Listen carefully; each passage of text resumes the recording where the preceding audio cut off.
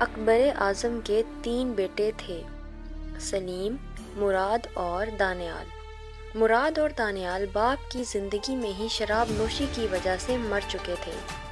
اکبر اعظم کی 1605 عیسوی میں وفات کے بعد شہزادہ سلیم نور الدین جہانگیر کے لقب سے تخت نشین ہوا۔ اس نے کئی مفید اصلاحات نافذ کیں۔ کان، ناک، ہاتھ وغیرہ کاٹنے کی سزائیں منسوخ کر دیں، شراب اور دیگر نشہ آور اشیاء کا استعمال بند کروا دیا، کئی ناجائز محصولات ہٹا دیے۔ فریادیوں کی داد رسی کے لیے اپنے محل کی دیوار سے ایک زنجیر لٹکا دی جسے زنجیر عدل کہا جاتا تھا۔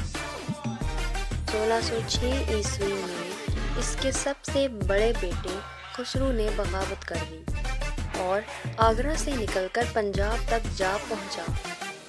جہانگیر نے اسے شکست دے دی۔ سکھوں کے گرو ارجن دیو بھی جو خسرو کی مدد کر رہے تھے شاہی عتاب میں آ گئے۔ شہنشاہ نے گرو ارجن دیو کو قید کر کے بھاری جرمانہ عائد کر دیا جس کو گرو نے ادا کرنے سے معذرت کر دی۔ گرو کو شاہی قلعہ لاہور میں قید میں ڈال دیا گیا۔ ایک روز گرو نے فرمائش کی کہ وہ دریائے راوی میں غسل کرنا چاہتے ہیں، انہیں اس کی اجازت بھی دے دی گئی۔ غسل کے دوران گرو ارجن دیو نے دریا میں ڈبکی لگائی اور اس کے بعد وہ دکھائی نہ دیے، جس سے یہ ظاہر ہوتا ہے کہ انہوں نے دریائے راوی میں ڈوب کر خودکشی کر لی۔ اس واقعے سے مغلوں اور سکھوں کے درمیان نفرت کا آغاز ہوا، جس کے نتیجے میں وسیع پیمانے پر مسلمانوں کا قتل عام کیا گیا۔ سکھ مسلم دشمنی آج بھی جاری ہے۔ جہانگیر کے ہی زمانے میں انگریز سر ٹامس رو سفیر کے ذریعے پہلی بار ہندوستان میں تجارتی حقوق حاصل کرنے کی نیت سے آئے تھے۔ 1623 عیسوی میں شہزادہ خرم یعنی کہ شاہ جہان نے بغاوت کر دی کیونکہ نور جہاں اپنے داماد شہریار کو ولی عہد بنانے کی کوششیں کر رہی تھیں۔ آخر 1625 عیسوی میں باپ اور بیٹے میں صلح ہو گئی۔ جہانگیر کی چہیتی بیوی نور جہاں امور سلطنت کے امور میں مداخلت کرتی تھی، جس کی وجہ سے بہت سے امراء جہانگیری دربار سے بدظن ہو گئے اور دربار میں کئی امراء کی آمد و رفت بند ہو گئی۔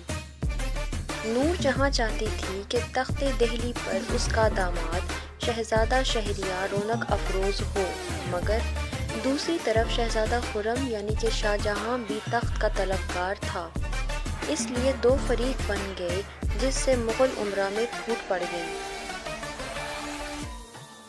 مغل افواج کا سپہ سالار مہابت خان تھا جو مغلوں کا وفادار خادم تھا، مگر اس کا جھکاؤ شہزادہ خرم کی طرف تھا، جس سے نور جہاں نے شہنشاہ جہانگیر کو اس کے خلاف کر دیا۔ مہابت خان کو دربار میں طلب کر کے اس کے ساتھ توہین آمیز سلوک کیا گیا۔ اس کی بیٹی کا جہیز ضبط کر لیا گیا۔ جہانگیر جب کشمیر جا رہا تھا تو راستے میں مہابت خان نے بغاوت کر دی۔ مغل فوج مہابت خان کے ساتھ تھی، اس لیے اس نے بآسانی جہانگیر کو قید کر لیا۔ ان حالات میں نور جہاں اور اس کے بھائی آصف جاں نے بھی خود کو مہابت خان کے حوالے کر دیا۔ مہابت خان ایک بلند پایہ جرنیل تھے مگر سازشوں اور مکرانہ چالوں سے بے پہرا تھے۔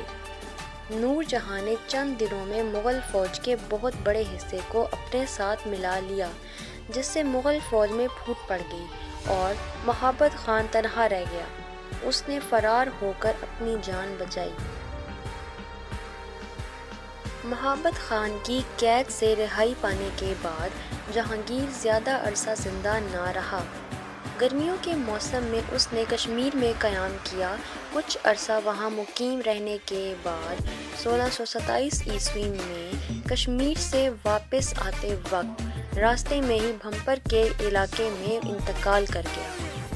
اس کی میت کو لاہور لایا گیا، جہاں دریائے راوی کے کنارے باغ دلکشا لاہور موجود شادرہ میں دفن ہوا۔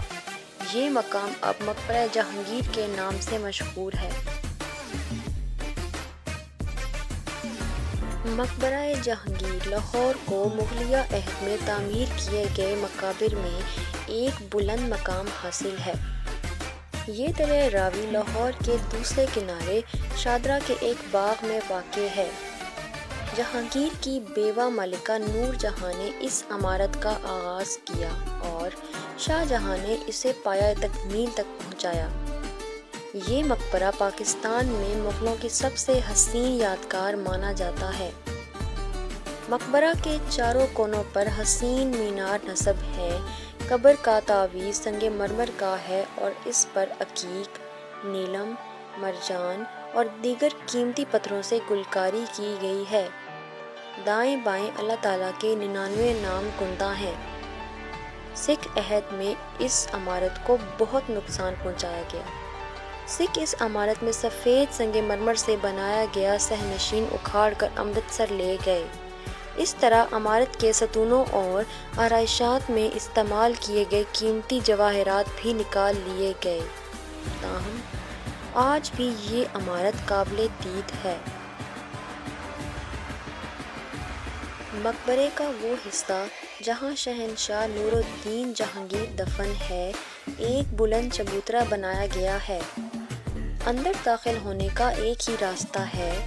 مزار کے چاروں طرف سنگ مرمر کی جالیاں لگی ہوئی ہیں جو سخت گرم موسم میں بھی ہال کو موسم کی حدت سے محفوظ رکھتی ہیں۔ مقبرہ جہانگیر کی حدود میں نور جہاں نے ایک خوبصورت مسجد بھی تعمیر کرائی تھی۔ اس مقبرے میں نور جہاں نے کافی عرصہ رہائش بھی اختیار کی، اسی لیے یہاں رہائشی عمارات بھی تعمیر کی گئی تھیں۔